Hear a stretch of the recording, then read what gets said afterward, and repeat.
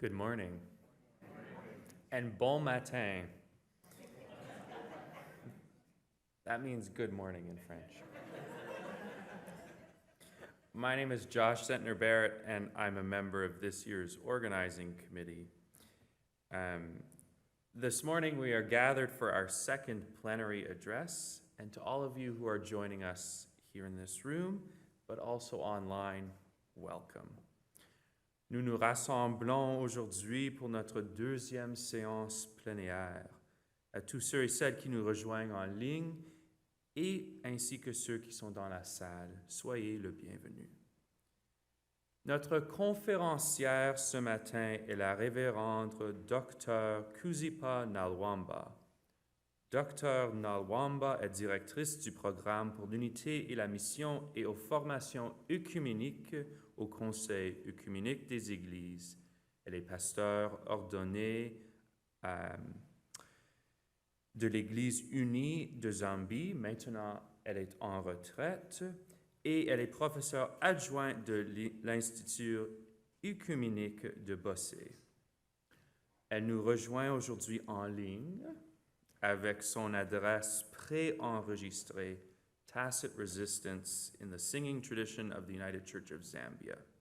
Mais elle sera présente avec nous après sa présentation pour répondre à vos questions. So our plenary speaker this morning is Reverend Dr. Kuzipa Nalwamba, Program Director for Unity and Mission and Ecumenical Formation at the World Council of Churches. She's also a retired ordained minister of the United Church of Zambia, an adjunct faculty member at the Bossey Ecumenical Institute. She's joining us online with a pre-recorded plenary address, Tacit Resistance in the Singing Tradition of the United Church of Zambia, but she'll be available with us live afterwards to answer questions. And in a few short moments, when it appears on the screen, you will be able to join me in welcoming her.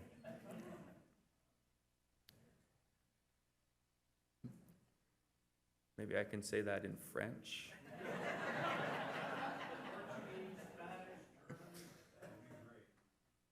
Let's say it really slowly. Oh, there we go. Okay. Veuillez me rejoindre pour accueillir Dr. Kuzipa Nalwamba. Please join me in welcoming Dr. Kuzipa Nalwamba.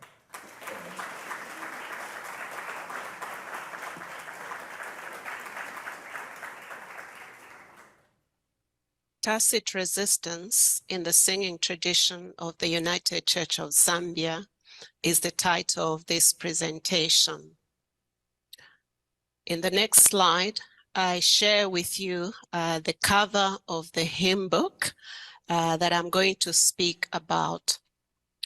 It's titled Inyimbo Shavena Christu, translated Hymns for Christian Life. And in the next slide, I show you what this hymn book looks like inside. It doesn't contain any musical notes. It is compiled as text.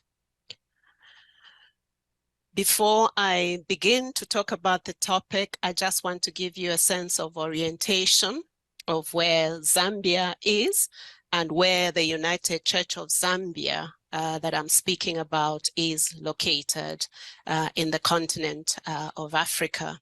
You can see the blue arrow points, to the country, that is Zambia. And the area that I will be referencing is in the northwestern side of the country. So for an introduction, the Bemba hymn book, and Bemba is a language that is spoken by quite a significant population in the northern part of Zambia. So this Bemba hymn book is called Inyimbo Shavena Christu, which I will simply refer to as Inyimbo from now on.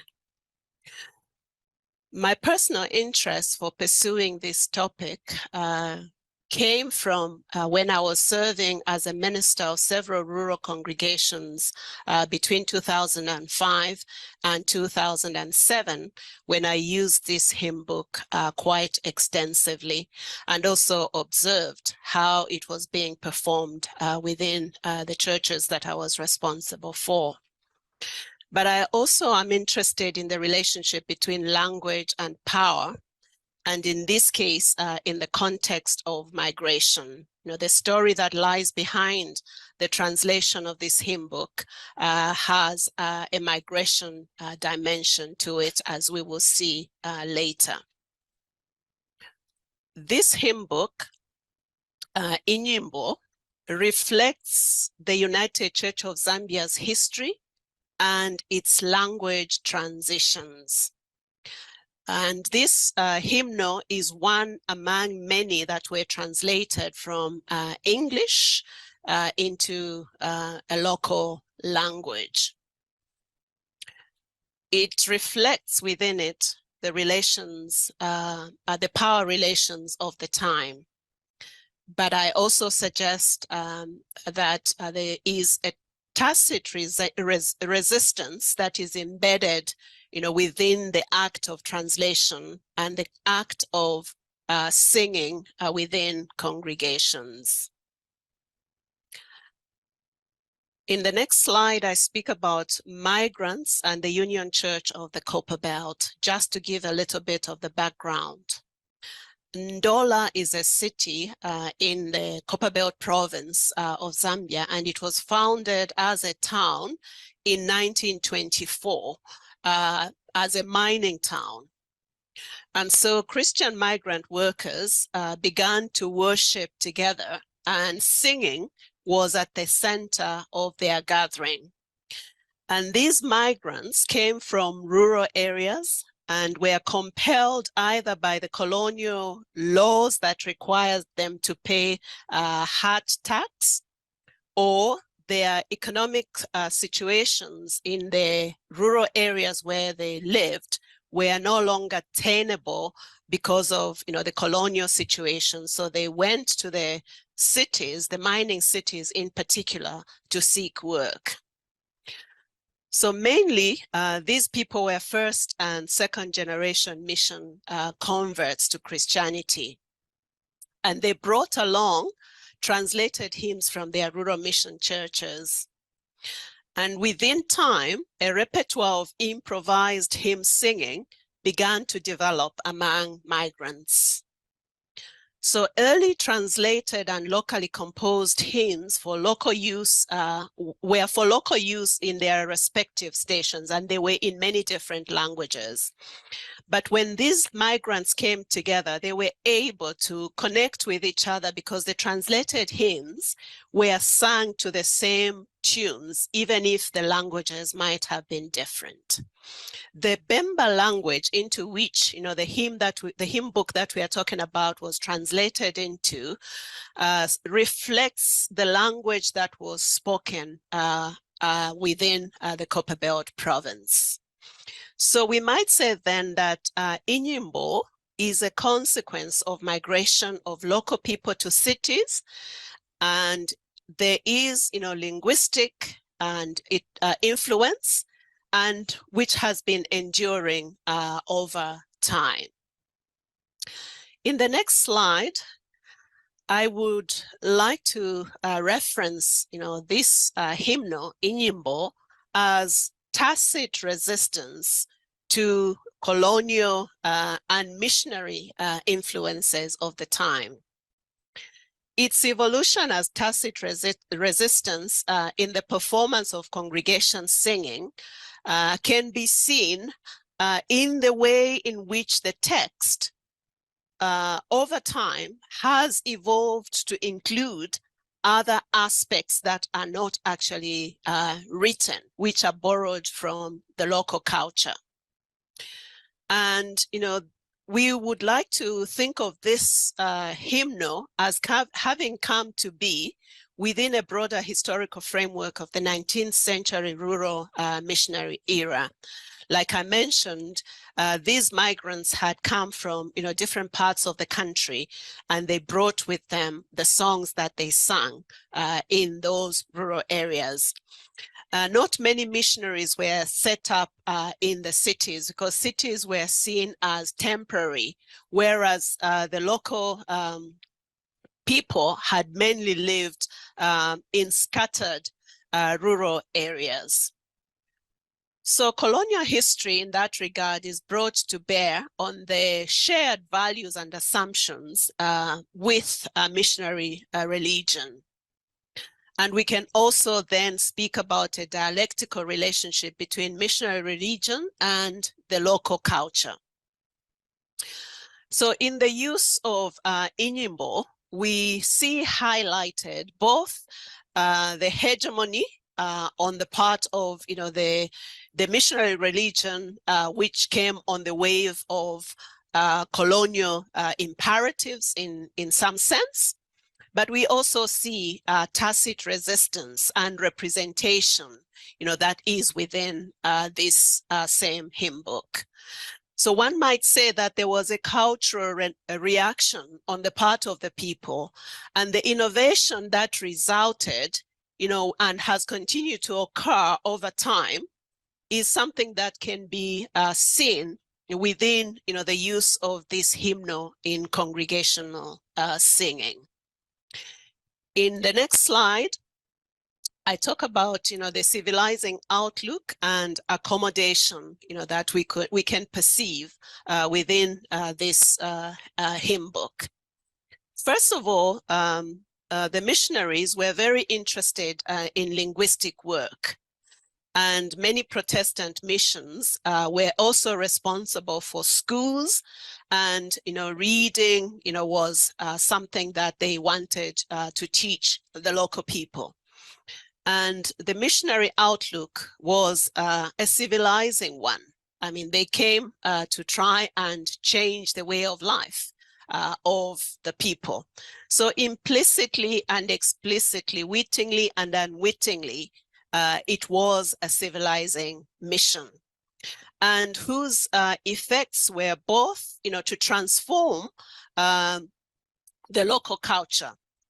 As Kamarov and Kamarov say, by teaching the local people to read and write, the missionaries believed that they would put them on the path to self-improvement and salvation, and revelation and refinement, civilization and full conversion.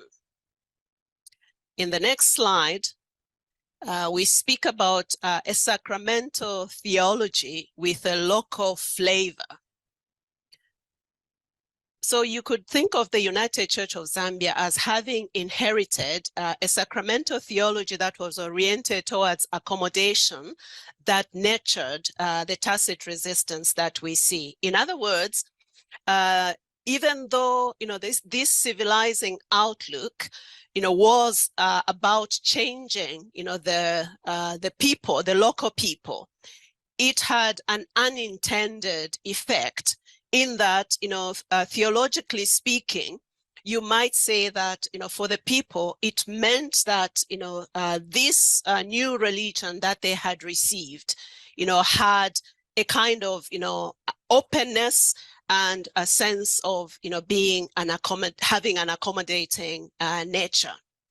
So as a result, in the United Church of Zambia liturgies and hymns, we find memorialized basic central elements of a theology with very little denominational bias. And, it also allows, for improvisation. And so in the ways in which, the songs that are contained in the hymnal are sung and how they have been, improvised upon, we find, responsive singing, for instance, where, there is oral improvisation of going beyond what is written in the text. And according to Johannes Boes, this repetition valorizes, is like valorizes repetition, secular poetry without climatic endings. And so it goes on in a kind of circular motion. And, it has a preference for emotional intensity, and, it creates, psychological emotional space, in the context of worship. Repetition also makes it easy for people to sing along, even without having the hymn text.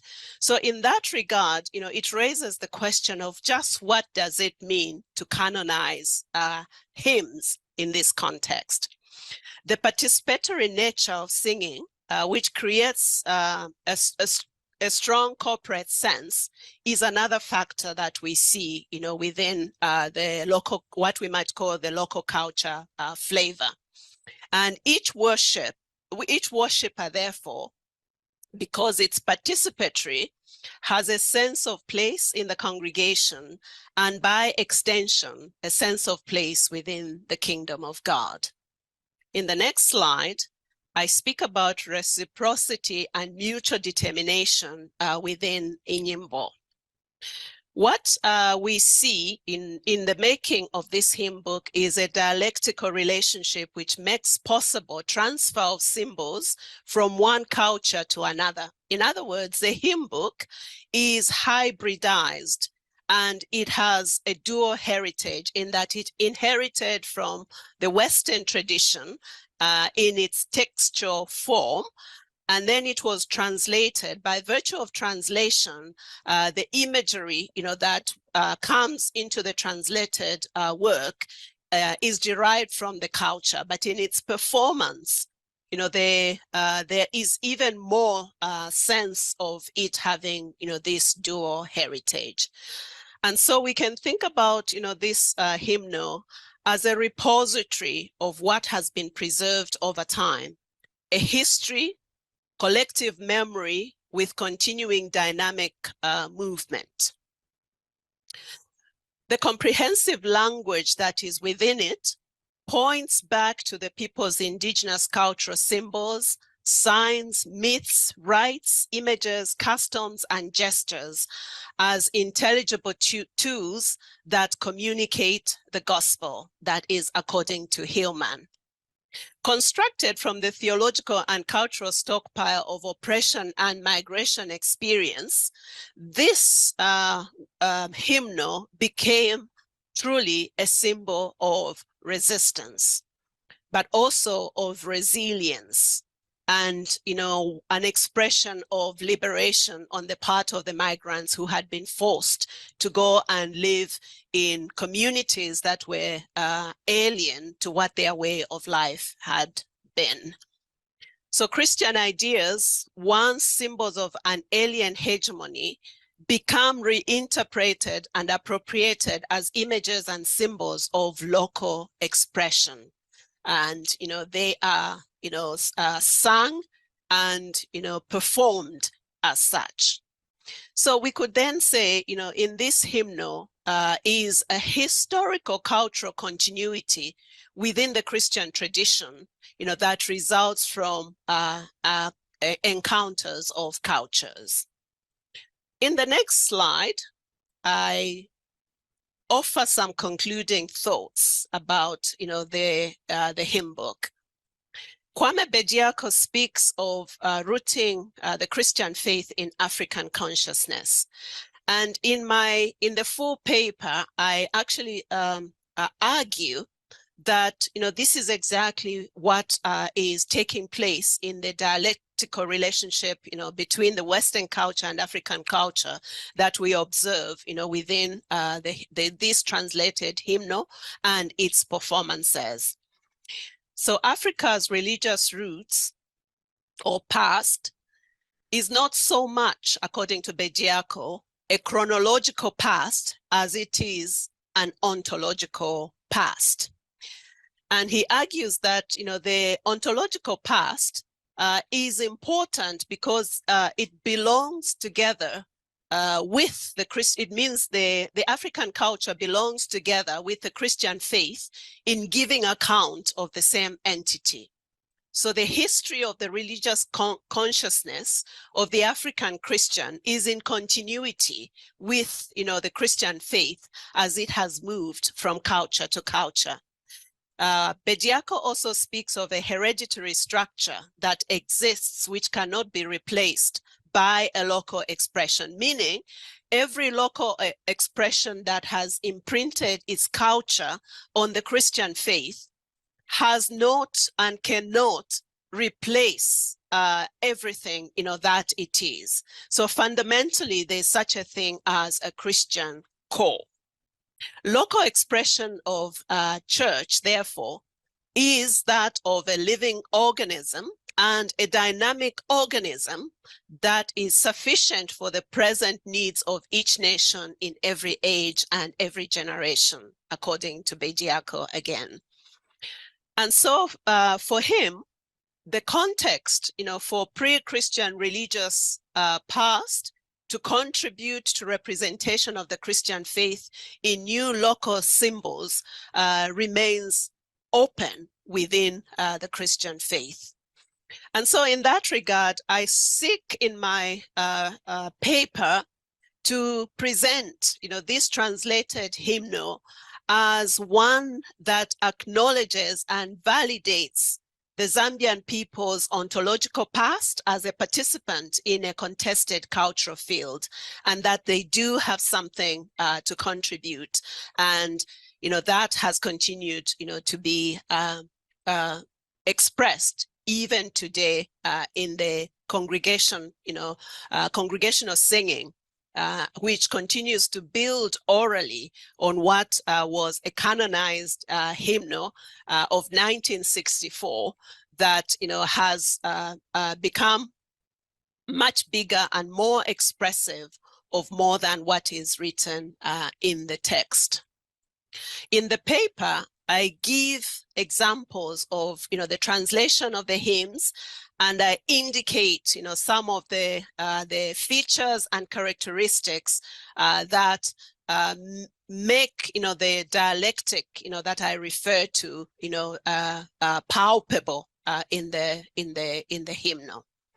I would like to conclude this presentation with a lengthy quote of Bolaji Idowu, who is an ecumenical leader of note. And this is what he says about biblical authority, the gospel, and the mission of Christ as an ontological hereditary, having an ontological hereditary structure. He says, compare the church to a powerful living stream which flows into and through the nations, giving of itself to enrich the people, bringing from and depositing in each place something of the chemical wealth of soils which it encounters along its way, at the same time adapting itself to the shape and features of its locality. To speak of an indigenous church is not to ask that every mark of foreignness attaching to her should be removed.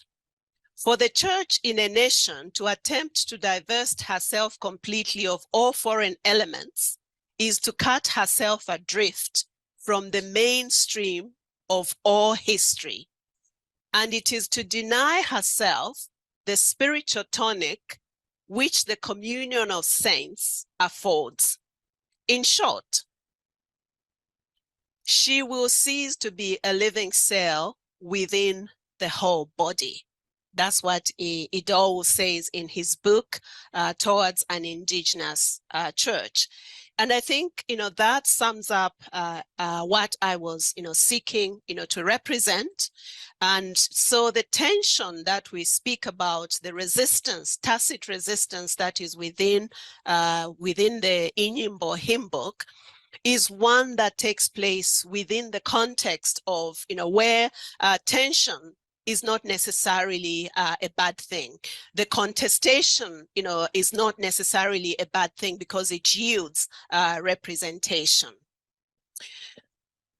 To conclude my presentation and to just, show a little bit of the flavor of Zambian singing, I present to you two versions of the hymn, "The Lord is my shepherd," and in the Bemba language, "Lesa ekachema wandi." Thank you.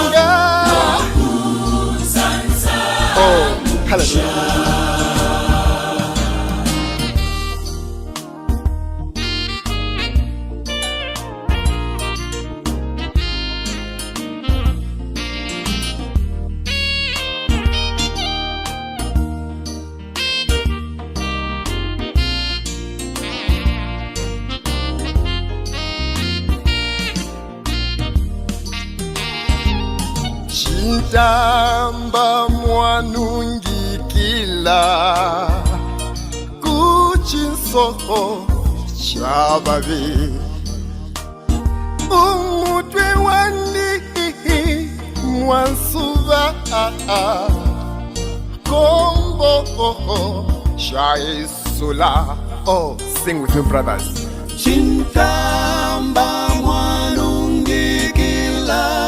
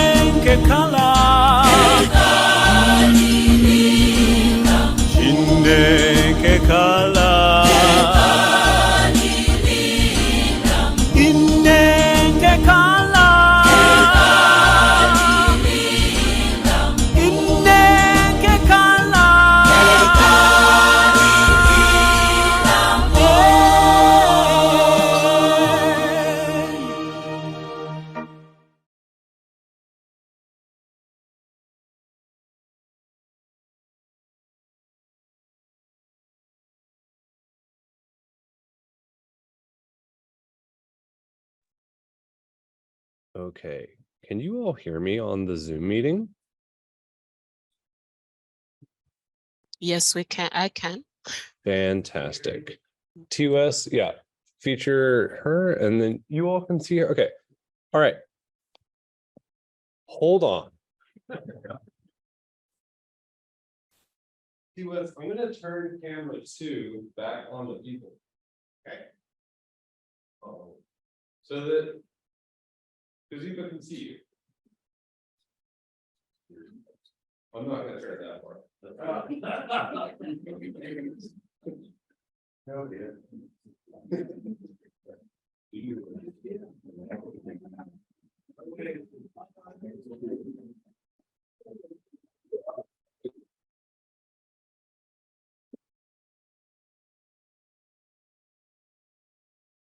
All right. I think the way this is going to work is that you'll ask your questions, but the microphone is going to come from this computer. So I will repeat the question to you. Kuzipa, thank you for being here. And then when you speak, they'll all be able to hear you on our big speakers. Does that sound like a plan? Thank you for having me here. Yeah, thank you so much. So is there anything you want to say before we go into the question and answer? I think it would be good if I am prompted with questions.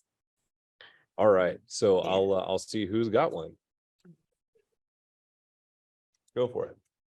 So the hymnal, which is apparently from the mid-60s, preceded the union of the church. Is there a connection between the two? So the question was, the hymnal, which seemed to be from the 1960s, preceded the union of the church in Zambia. Is there a connection between the two? Yes, there is. In fact, the compilation of the hymnal, you could say, is representative of the journey towards the union. The union was in 1965.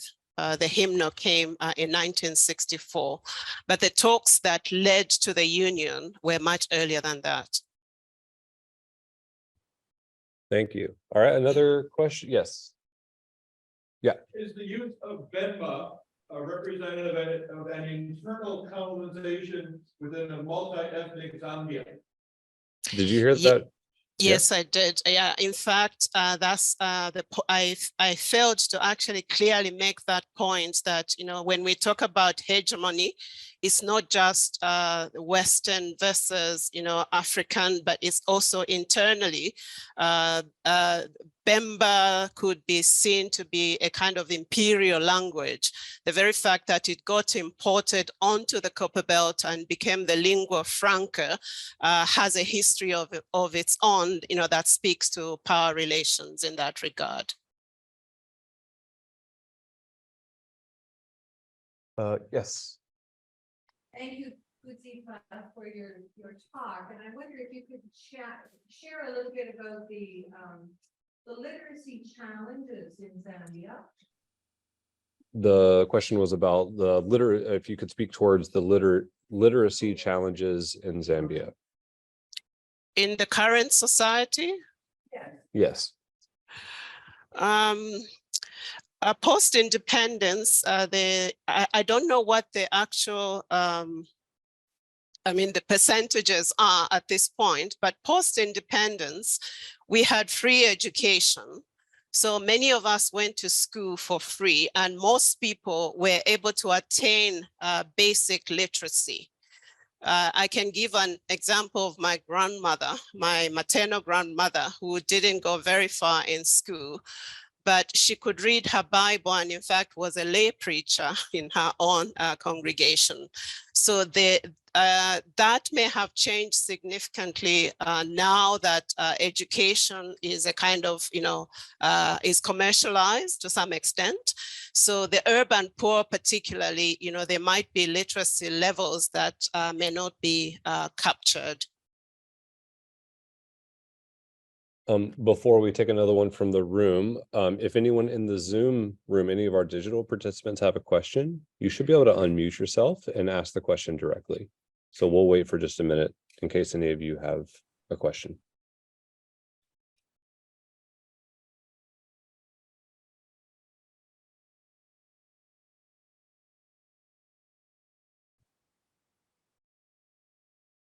Okay, all right, so we're going back to the main room then. Yes. And I'm a Zambian, and from the Copper Belt in Chingola, and I live in Ndola in Lusaka. Now that I'm here, I just want to thank you, Reverend, for your presentation. At the same time, I was singing with the congregation, a CMML congregation, and the other song, the same song that was sung twice. And just wanted to let you know that you are not alone in the room here. There's a Zambian who's joining you and saying, "You are totela sana." I'm quiet.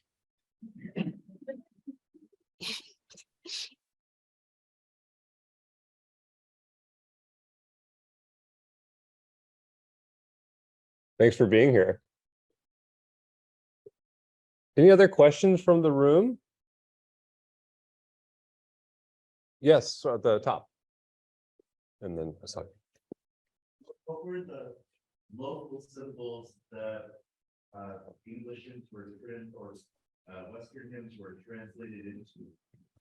What were some images that did not translate, and so new images had to be created? Did you hear that? Not quite. So could you, I'm not sure I quite. Oh, I heard something about symbols that were translated, but not all of it. So which Western symbols didn't work? yeah. So the question was, what symbols came from the Western world that didn't seem to translate well and then necessitated a new symbol or something from the local culture? I couldn't, I mean, there are some very obvious ones that are related to vegetation, weather and so on. But if you look at the translated text itself, in terms of the meanings that are rendered, it is very interesting to see, what comes across. Like, for instance, the song, Jesus Keep Me Near the Cross, there, a precious fountain, translates in Bemba as, I will read in Bemba and then just give you the literal translation of it. Yesu niku Calvary, ndefwaya okwikala. Jesus is a place called Calvary, is the translation. So Jesus keep me near the cross becomes Jesus is a place, and I want to stay there. There's a precious fountain becomes I want to stay there. So I think the larger point that I was really trying to make is the very fact of translation from one language to the other, alters, the meaning. And so, symbols are brought into, the new meaning in ways that may not even be literal. Like I give the explanation about the fact that, the translation of Jesus keep me near the cross references a place, rather than, the idea of a fountain. I think, it sort of skips the symbol, the Western symbol, and replaces that with a kind of explanation. Something to that effect. But there will be other things that refer to rites and rituals, that may, like in the telling of the story, like when you read an entire hymn, in terms of how the narrative is carried, it also shifts and, depicts something that is more relatable, than would be, in a different form. I give examples of communion hymns, for instance, that have a sense of participation and eating together being symbolically very important within the African culture. And so you could actually go behind the symbol and see what the narrative actually represents, or the sense of community that is being communicated, that might have slightly different nuances from within a different culture.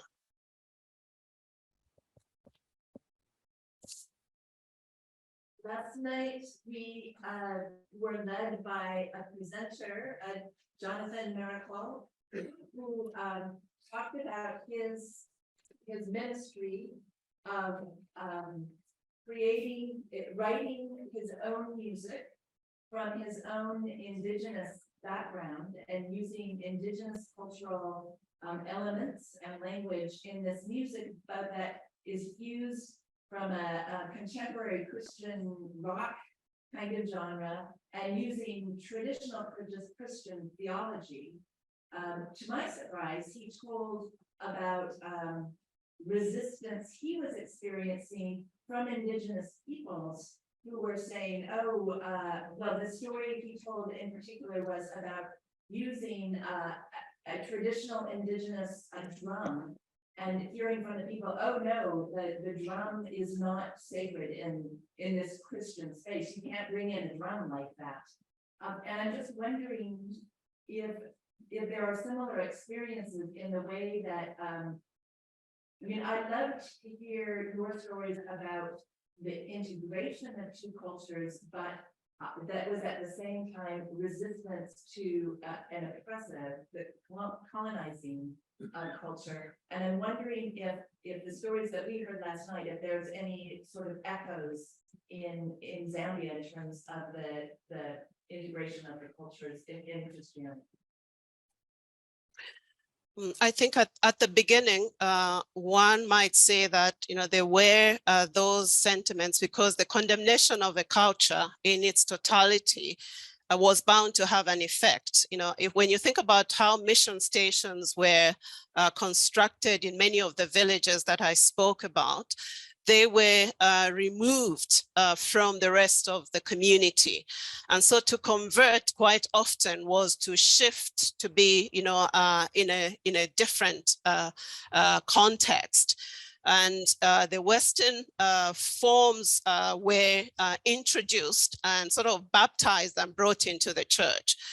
But thankfully, I think within the wider ecumenical space, and I say this because I have spent some time, learning ecumenical theology, Vatican II was very instrumental with its, impulse of inculturation.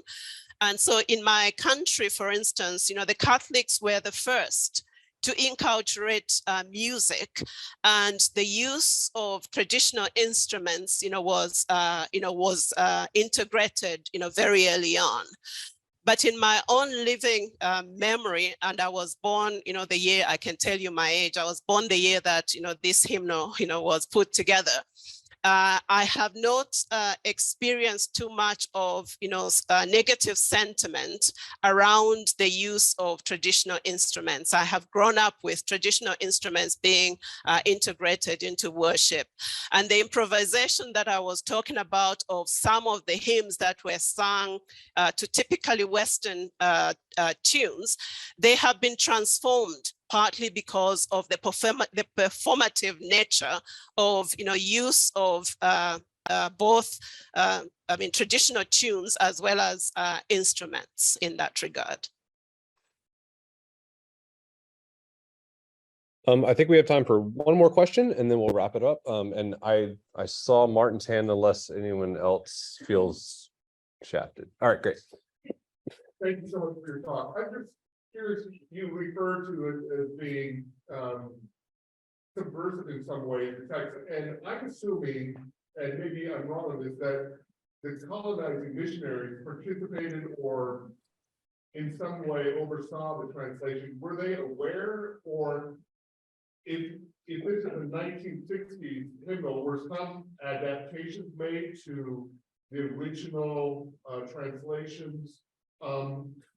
I'm wondering where the colonial powers fit into, or we're aware or we're unaware of any subversiveness in the way I'm thinking lyrics particularly. Okay. Yeah, I make the point that the very fact that these hymns are imported and they come into the local space through the linguistic work that was done by missionaries. So there is, if you like, the hegemony that continues through the act of translation itself. And quite often, some of the hymns that have been rephrased were translated by missionaries they were very wooden in their translation. But it's very difficult to draw a line and to say the agency of the missionaries on one hand and the agency of the local people, because there was a shared task in that, they depended on the local evangelists to finally, approve the language. But the act of translation itself, I think is the larger point that I wanted to make, that it was intended to override, the culture in that regard, to, transform.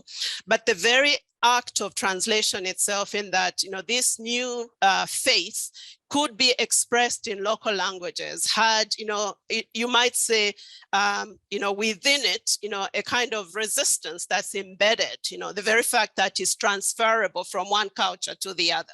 And when you look at the evolution of the Christian faith, from its founding, it has, been transmitted, through different cultures, and each culture, providing a hermeneutical lens. Although the intention may not have been to valorize, the cultural forms into which, the gospel was being translated. But I make the point that, this hymnal seemed to signal that, this text that was intended to be performed, as a kind of, a borrowed form, still, translated into something that could be performed and to go beyond, the textual form. So what I want to observe is like I said, the dialectical, elements within, what is going on, without necessarily simply, thinking in binary terms of, there's a push and pull, but there's also a sense of hybridity, that arises from this. I'm not sure if I answered the question. Thank you. We're out of time for this session, and it was quite wonderful. Let's thank our presenter.